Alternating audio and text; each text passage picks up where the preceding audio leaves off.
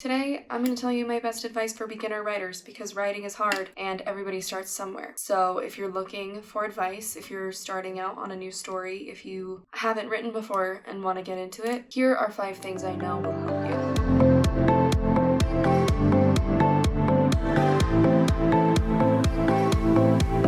So I've been writing for the majority of my life, and I've been to conferences, classes, meetings, groups to learn more about the craft and understand what will help me become a better writer, and somehow I missed these 5 things. No one really told me these 5 things. If they did, I forgot. These are things I kind of had to learn on my own. And when I did learn them, it was like a huge shift in how I approached my writing. And I think that's a big thing in the writing community is we talk a lot about how you should write and the mechanics of all of it. We don't really talk as much about your own attitude as an author. We talk about story structure, character development. We talk about all the pieces of the story. We pull apart the story and put it together and do all kinds of things with the story. But what do we do with the author?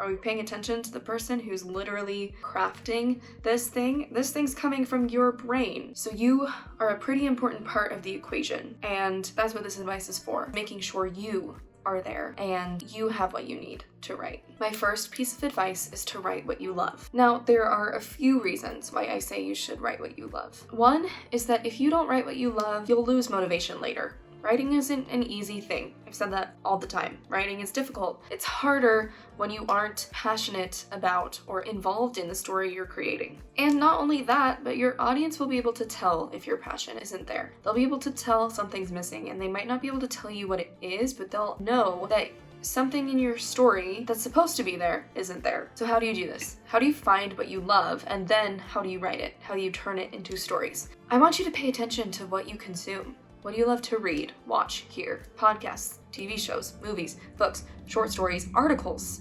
Anything and everything that you love when it comes to media and story and consumption, that is something you will be passionate about most likely when it comes to writing. For example, I am hugely passionate about psychology and politics. Those aren't really writing related necessarily. You don't think of psychology and fiction always together, but they absolutely can be. That's something, if I incorporate psychology into my story, I know I'm gonna be excited about it. So find those things. Next, what are your favorite genres, tropes, patterns of story? I'm learning as I watch Marvel's Loki that I just am super drawn to magical premises. Yeah, Falcon and the Winter Soldier was okay, but it's not WandaVision and it's not Loki because those are magic. So identify why you like the stories you like and then use that. The process is going to be way more fun and enjoyable, and it's going to go faster when you are incorporating these things that you enjoy into it. The common trap for this piece of writing advice is thinking you're not good enough to write whatever you love yet.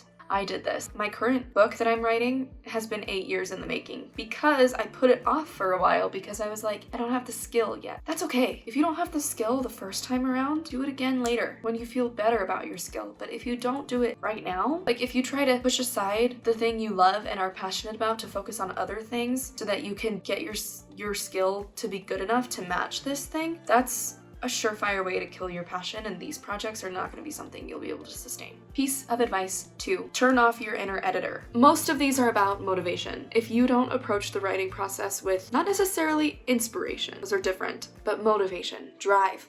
Again, this plays into it. If you don't turn off your inner editor, your motivation's going to die out. Another reason why you should turn off your inner editor is because you're not allowing your first draft to be a first draft. First drafts are there to be bad. Their purpose is to be bad. Every single good writer acknowledges that their first draft is bad. Whatever bad means for that person. If there's something about your story that you're a little unsatisfied with, don't let it stop you from writing. Keep going, because that's what a draft is for. You have editing to fix it. Here's how you do this. First, bracket editing. Bracket editing saved my life. I almost gave up as a writer without bracket editing because I was just so into pulling my stories apart. So what you do is if you can't think of a word or you don't want to describe a scene, you just put it in brackets. You say, she had 3 adjectives here, hair. Just like that. Because sometimes it's easier in the editing process to think about that versus in writer brain. Writer and editor brain are different. And editor brain can sometimes dive into those finessed details a lot easier. I like to think of writer brain as the emotional center.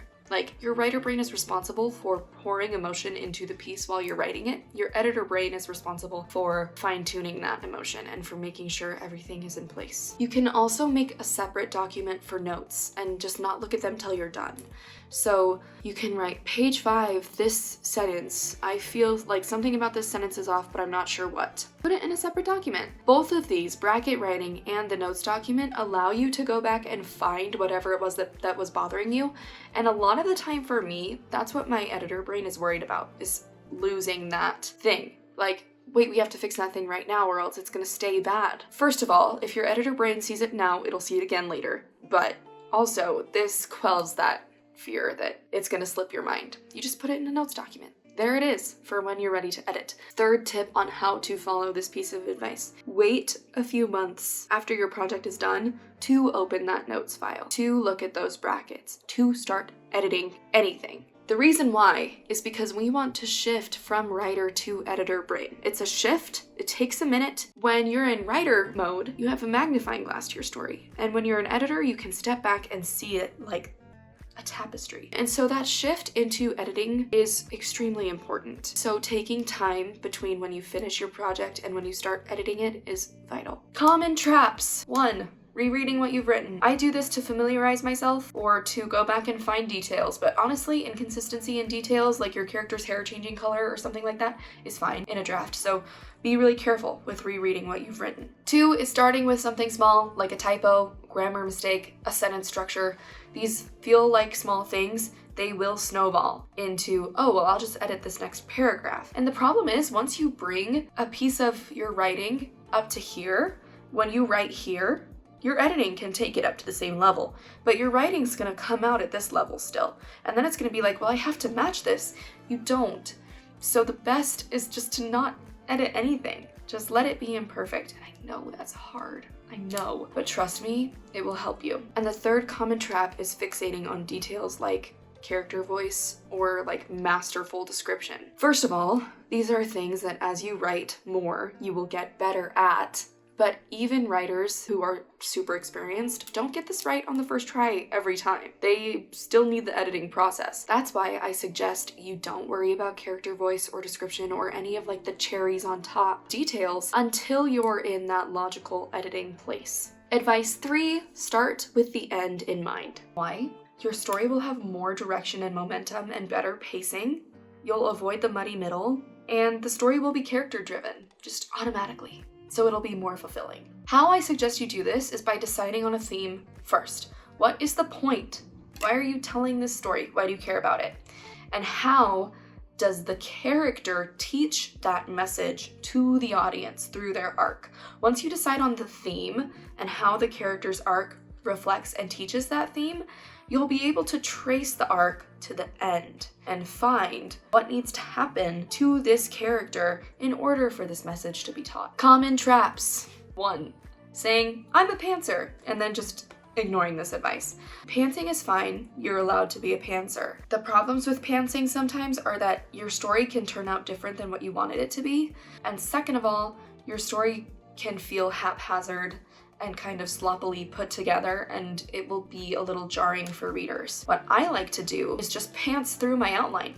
When I sit down to outline, I don't really know what's gonna happen next. That's what it's for. So then I just generate crazy new ideas while I'm outlining, and then by the time I sit down to write, I have that outline and that structure kind of there. And going hand in hand with this is trap 2, which is believing that you can never change your outline. Not true. I've changed my outline for this book like several times since it started. Your outline is not set in stone. What's set in stone is your book once it's published. Until your book hits the shelf, you have time to change things. So don't feel like just because you write something down in an outline, it's gonna stay that way. Advice 4, don't write for anyone but yourself. I say this because you will never please everyone. Everyone has different tastes in what they read and consume. Everybody likes different things from their stories. So if you aim to write for someone other than yourself, you might subconsciously be changing things about your story to please them. Next, placing your success in external sources like other people's validation or how much they like your story is not good. Your validation should come from you and the fact that you enjoy this story and you came up with this awesome idea, not from the fact that they also like it. The only person that needs to like it is you. How do you do this? Instead of writing for an audience or a publisher or even your family, pick a persona, like a marketing persona. Just craft the exact person who will read your novel. For me, it's a woman like age 20 to 27, I guess, who likes sci-fi and romance and kind of dystopian themes. That's my persona. I just write for that person. And if that person likes my story, cool. Next, this is maybe one of the best tips I've ever heard. I don't remember who said this, but they said, write with the door closed and edit with the door open. When you're writing, you need to forget the idea that anybody else will ever see this writing. It's going to change multiple times before anyone reads it. This is not the finished product that people's eyes are going to see. When you're writing, you need to realize it's just you. It's just you. That will help you with a lot of the feelings of inferiority or insecurity or imperfection, because it doesn't have to be perfect yet. You're the only one who can see it right now. Common traps. Number one, showing it to everybody.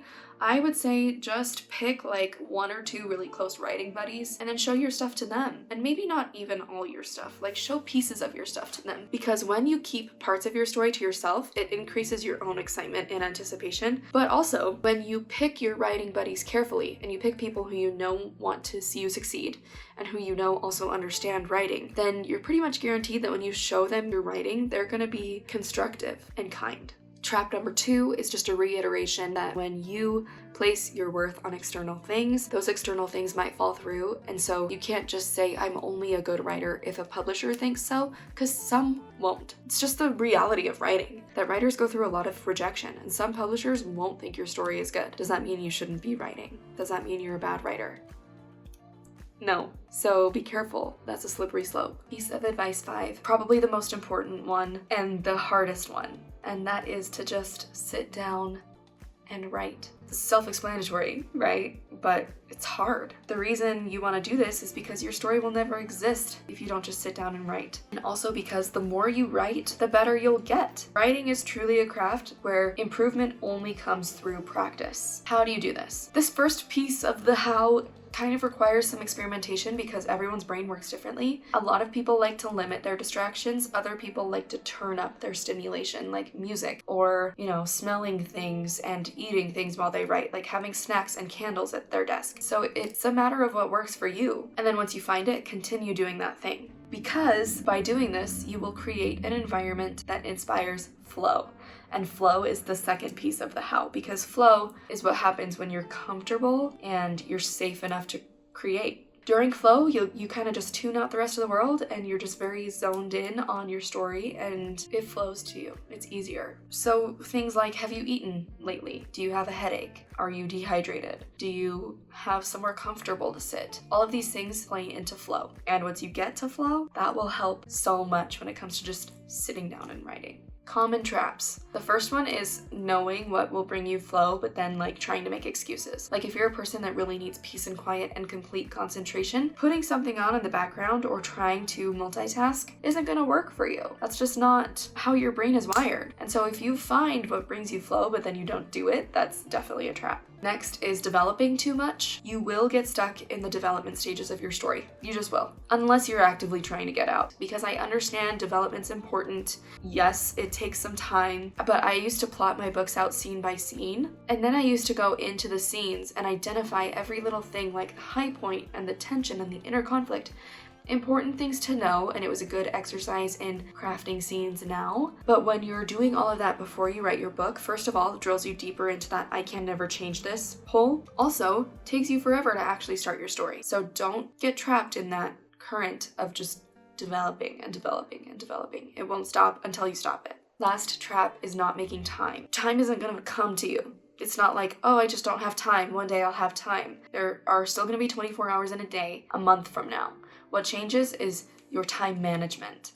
And if you don't create time, it's not gonna happen. Actively create time where you can sit down and write your book. Even if it's just one night a week for a couple hours, that's great. As long as you have that time factored in somewhere. For me, I just write it on a to-do list every day. I don't know exactly when I'm gonna have the time, but it's there. It's on my mind, it's on my to-do list, and I wanna be able to cross it off. So that's my advice. for beginner writers. As I always say, writing is daunting. It's a big, big undertaking and it can be really difficult. So I commend you for starting a story and starting your writing career or journey or whatever you want to call it. I hope some of this helped you. If you enjoy my videos, please subscribe for new videos every Tuesday, and I will talk to you guys later. Happy trails.